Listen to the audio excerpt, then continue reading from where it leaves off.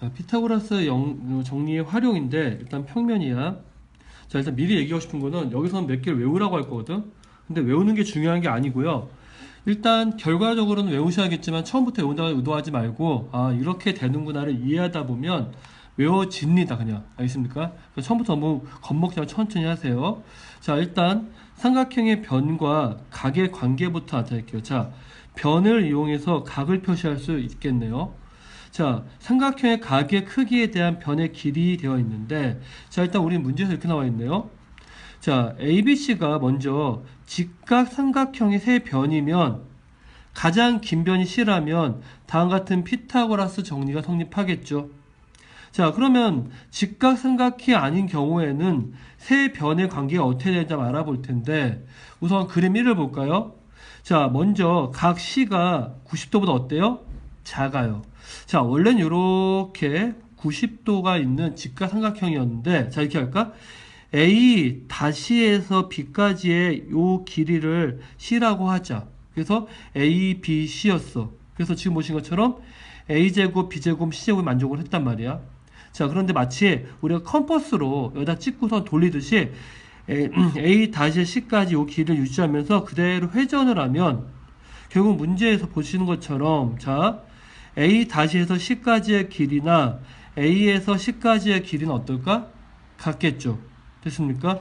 자, 그러면 지금 보신 것처럼 A 다시를 A로 옮기면 일단 길이는 똑같아, B로. 근데 원래 90도였던 게 이렇게 90도보다 작아졌죠.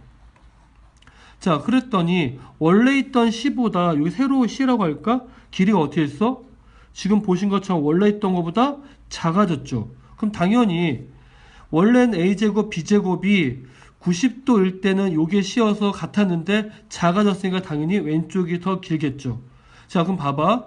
이제 A도 90도가 작고 B도 90도보다 작고 그 다음에 C도 90도 작지. 그럼 우리는 이때 삼각형 A, B, C를 무슨 삼각형? 예각삼각형이라고 하죠. 예각삼각형의 정의는 뭐죠? 모든 내각이 90도보다 작은 거예요. 자, 밑에 쓰세요. 모든 내각이 90도보다 작은 삼각형. 됐나요?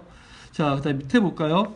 자, 두 번째 보니까 이번에는 A-B, C였고 자, 여기 A- 이렇게 컴퍼스 돌려갖고 똑같이 갔어요. 그러면 A-에서 C까지 요 길이나 A에서 C까지 길이는 똑같이 B야. 근데 원래 직각삼각형 때 C가 있었는데 이렇게 회전하고 나니까 이렇게 되니까 이거 C가 됐네요.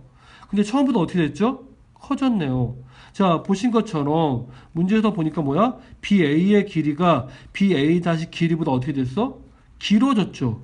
그럼 당연히 직각 삼각형일 땐 등호였지만 새롭게 길어지면 당연히 길어진 길이만큼이 더 커졌기 때문에 오른쪽 커지겠죠. 그럼 우리는 삼각형 A, B, C를 뭐라고 할까?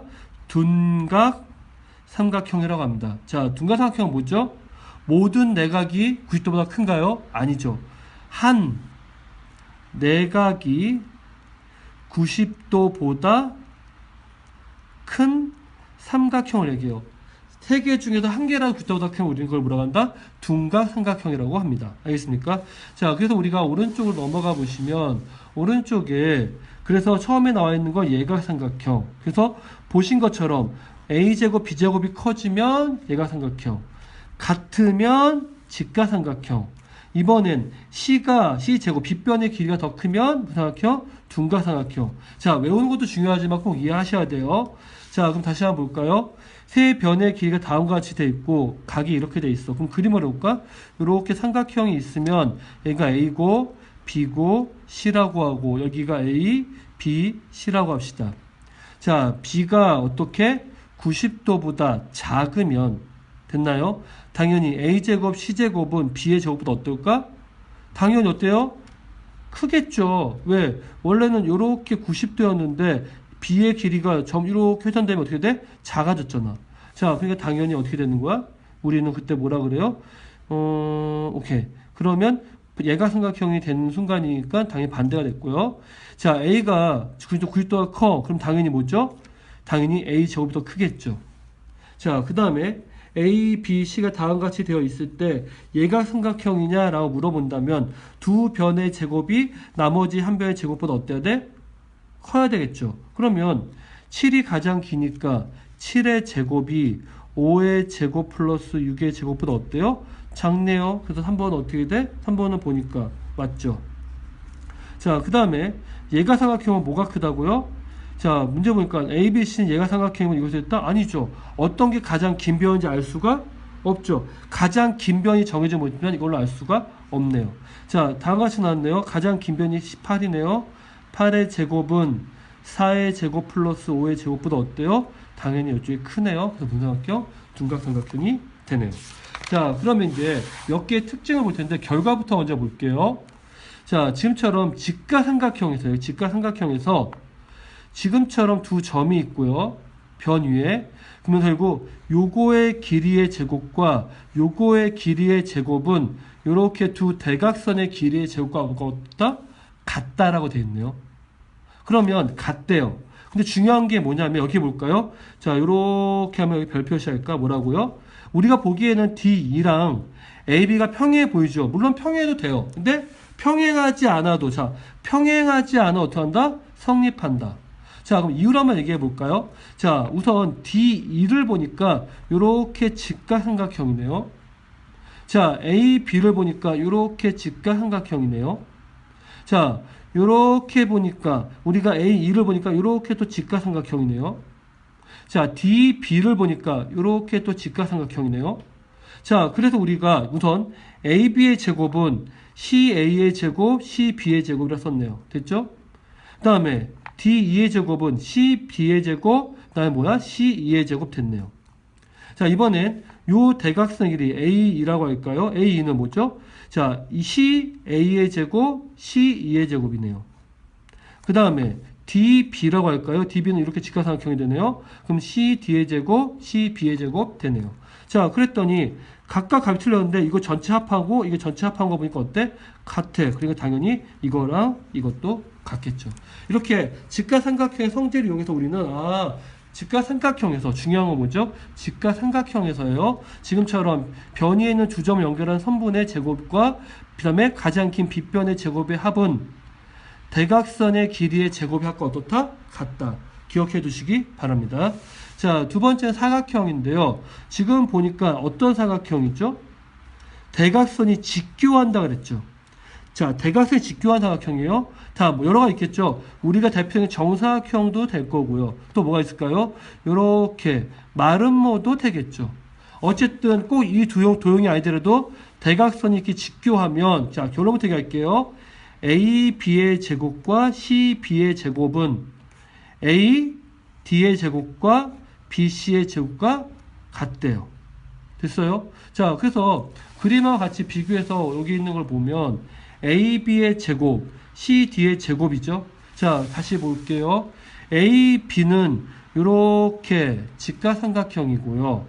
자, DC는 이렇게 직가삼각형의 빗변이니까 요거의 제곱, 요거의 제곱, 요거의 제곱, 요거의 제곱 되겠죠. 자, 그 다음에 AB는 이렇게 직가삼각형이니까 동그라미의 제곱, X의 제곱. 자, 그 다음에 BC의 제곱은 뭐죠? 동그라미의 제곱, X의 제곱. 결국 우리가 보시는 것처럼 여기 제곱 두 개의 합과 요거 제곱 두 개의 합이 어때? 결국 결론적으로 같네요. 그래서 우리는 지금처럼 다음 같은 관계가 만족되는 걸 확인했죠. 됐습니까? 자, 이번엔 또 어떤 거죠? 직사각형이죠. 직사각형은 뭐죠? 모든 내각이 수직인 거고 길이는 같아야 되고 달라도 돼요. 자, 그랬을 때 다시 볼까요? 내부에 한 점 P가 있어요. 그때 AP의 제곱과 CP의 제곱. 자, 물어볼게요. A에서부터 C까지 쭉 일직선으로 되어 있나요? 그렇지 않아요. 그냥 내부에 한 점이 있는 거예요. 그러면 서로 대각선 방향에 있는 두 점에서 P까지 각각의 제곱의 합은 뭐랑 같다고요? 나머지 대각선 방향에 있는 제곱의 합과 어떻다? 같다고 할 수가 있겠죠. 자, 그러면 왜 이렇게 나왔는지 밑에 있는 예를 증명을 볼까요? 자, 요렇게 보면 요거 직각 아니죠. 일단 우리가 이렇게 할까? 그림 보신 것처럼 요렇게 자르죠. 그래서 이렇게 자르고 보니까 이 길이는 지금 보니까 뭐죠? AP는 자, 이렇게 직각삼각형의 빗변이죠. A, 그다음에 뭐죠? 또 뭔가 CP는 또 보니까 뭐예요? 자, 이렇게 된 직각삼각형의 빗변이죠. 자, 됐나요? 자, 또 이렇게 놓고 보니까 자, PB는 뭐죠? 이렇게 된 직각삼각형의 빗변이고요. 그 다음에 DP는 보니까 이렇게 된 직각삼각형의 빗변이죠. 그럼 우리는 아까 말한 것처럼 빗변의 제곱은 나머지 두 변의 제곱과 같다는 성질을 이용해서 문제를 풀면 되겠죠. 됐습니까?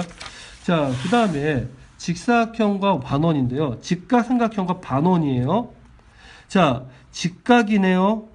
결론적으로 얘기하면 빗변에 이렇게 반원, 나머지 두 변의 반원이 있는데 어떻게 된다? 나머지 두 변의 반원은 빗변을 반원을 못을 지름하는 반원의 합과 어떻다?